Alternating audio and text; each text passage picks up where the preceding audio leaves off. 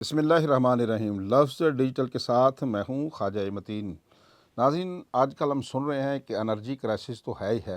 ایک طرف بجلی کی قیمتیں ہوشربا طریقے سے بڑھ رہی ہیں، اب خبریں یہ آ رہی ہیں کہ گیس کی قیمتوں میں بھی ہوشربا اضافہ کیا جا رہا ہے، بلکہ جن کا ٹیرف ہے اس کے سلیب بھی چینج کر رہے ہیں۔ ہم نے آج اس سارے جو گیس کے ٹیرف بڑھائے جا رہے ہیں اس پر عام آدمی کی زندگی پر کیا اثرات مرتب ہوں گے، اور یہ فیصلہ جسٹیفائی بھی کرتا ہے یا نہیں کرتا، اس کے لیے ہم نے گفتگو کرنے کے لیے آج اپنے اسٹوڈیو میں مدعو کیا ہے جو انرجی کے ایکسپرٹ ہیں، ارشد بھائی صاحب۔ ان سے جانتے ہیں ساری بات، کیا حکومت عوام پر کتنا بوجھ ڈالے گی اور عوام کیسے برداشت کرے گی۔ بھائی صاحب بہت شکریہ، آپ نے ایک بار پھر ہمیں وقت دیا۔ سر، یہ خبریں چل رہی ہیں ابھی مختلف اخبارات میں، 2-3 روز قبل خبریں ہم نے دیکھی، گیس کا ٹیرف جو ہے ایک بار پھر حکومت بڑھانے جا رہی ہے۔ کیا اس وقت جب ایک عام آدمی کی جو قوت خرید ہے بالکل ختم ہو چکی ہے تقریباً، تو اس میں یہ گیس ٹیرف اور بڑھا دیں گے؟ پہلے ہی جو بل ہیں گیس کے، وہ عام آدمی کی پہنچ سے دور ہو چکے ہیں، کیا جسٹیفائی کرتا ہے اس موقع پر حکومت کو ٹیرف بڑھانا؟ خواجہ صاحب بہت شکریہ، آپ نے مجھے دوسری دفعہ بلایا ہے، اور جو میں بات کروں گا اس کے پیچھے ایک ایکسپیرینس ہے۔ ایک تو میں کو فاؤنڈر ہوں انرجی ایکسلنس انٹرنیسٹ کا اور یو ٹی پشاور کا، کچھ عرصہ لیب میں بھی گزارا ہے۔ اس لیب میں میرا کام یہی تھا کہ اوگرا یوٹیلیٹیز کو ایسے دیکھنا جیسے گاڑی ڈیک پہ چڑھاتے ہو، نیچے میکینک دیکھتا ہے۔ اور تیسرا پتہ نہیں کیا بات نظر آئی تھی امریکن کو، 2015 میں نے ایک رپورٹ لکھی اور انہوں نے مجھے شیل گیس کے اوپر ہائی کلاس ٹریننگ دی جس کا کوئی فائدہ نہیں۔ اب آتے ہیں آپ کی جواب کی طرف۔ گیس کی ٹیرف بڑھانے کا مطلب یہ ہے، مجھے، آپ کو اور ہماری طرح جو یہ باقی مزدور ہیں انہیں روٹی میگی ملے گی۔ ہم ڈبل روٹی کی بات نہیں کر رہے، روٹی کی بات کر رہا ہم ہوں۔ روٹی کی بات کر رہے ہیں۔ ان کو کھانا پینا مہنگا ملے گا۔ میں، آپ اور ہمارے جیسے مزدور کو میرے خیال میں شاید گورنمنٹ فورس کر رہی ہے کہ گیس نہ جلائیں، اس سے پولیوشن ہوتی ہے، کچی سبزیاں اور کچی آٹے کھائیں۔ یہ میں آپ کو حقیقت بتا رہا ہوں۔ آپ نے دیکھا کہ گورنمنٹ کی انٹینشنز کیا ہیں؟ دونوں utilities, S N G P L, S S G C نے کیا کہا ہے؟ 15 سے 20%۔ اس کا اثر ان کو نہیں پتا آگے پٹرول کے ہاتھوں لوگوں کو کیا حال ہے۔ اب لوگ جو پہلے کہتے تھے جی چلو باہر نکلتے ہی نہیں ہیں، اب وہ گھر میں بھی بیٹھ کے آرام سے زندگی نہیں گزاریں گے۔ یا جیسے میری طرح کا بندہ ہے جو ہماری جنگلوں میں رہتا ہے، جنگل کی طرف نکل جائیں گے وہ لکڑیاں لے کے آئیں گے۔ یہ میں آپ کو وہ حقیقتیں بتا رہا ہوں جو پریکٹیکل ہے۔ میں کوئی ممبر پارلیمنٹ نہیں ہوں، میں کوئی انٹلیکچوئل نہیں ہوں۔ یہ وہ باتیں ہیں جو آگے ایسے ہوں گی۔ یعنی کہ ہمیں جو لوگوں کو گیس کنیکشن کٹوا دینے پڑیں گے اور پھر دوبارہ لکڑیاں جلا کر ہمیں روٹی پکانی پڑے گی، یہ کہہ رہے ہیں آپ؟ کیا طریقہ ہوگا روٹی پکانے کا؟ کیا طریقہ ہے چائے بنانے کا؟ ہیٹ کے بغیر، انرجی کے بغیر یہ ممکن نہیں ہے۔ مجھے بات یاد آتی خواجہ صاحب، جب ایک بات ہوئی تھی کہ جی ہم پاکستان کو پتھر کے زمانے پہ پہنچا دیں گے، کسی نے، کس طاقت نے ہمیں دھمکی دی تھی۔ اب میں سوچ رہا ہوں یہ کون سی طاقت ہے جو ہمیں واقعی پتھر کے زمانے میں پہنچا رہی ہے؟ نہیں، ایک تو حکومت اس وقت جو آپ نے بالکل درست نشاندہی کی ہے، پیٹرول ڈیزل کی قیمتیں بھی آسمان پر چڑھی ہوئی ہیں، لیکن اگر گیس کی قیمت بھی بڑھ جاتی ہے تو پھر کھانا جو پکانا ہے وہ تو گیس پر ہی ہے، یعنی کہ اس وقت جسٹیفائی تو نہیں کرتا۔ لیکن مجھے بتائیے، ایک عام آدمی ہے، اگر یہ اس کا بھی ٹیرف بڑھ جاتا ہے، بجلی پہلے ہی مہنگی ہے، تو پھر اس کی عام آدمی کی زندگی کی کس طرح جیرن ہو جائے گی، کس طرح متاثر ہوگی؟ دیکھیں خواجہ صاحب، آپ وہ بات کر رہے ہیں کہ جیسے ایک ٹریجک مووی کا اینڈ لکھے،